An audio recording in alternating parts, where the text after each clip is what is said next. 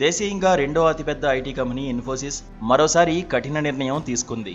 అంతర్గత మూల్యాంకనంలో విఫలమైనందుకు గాను మైసూరు క్యాంపస్లోని శిక్షణ పొందుతున్న మరో 195 మందిని సంస్థ తొలగించింది.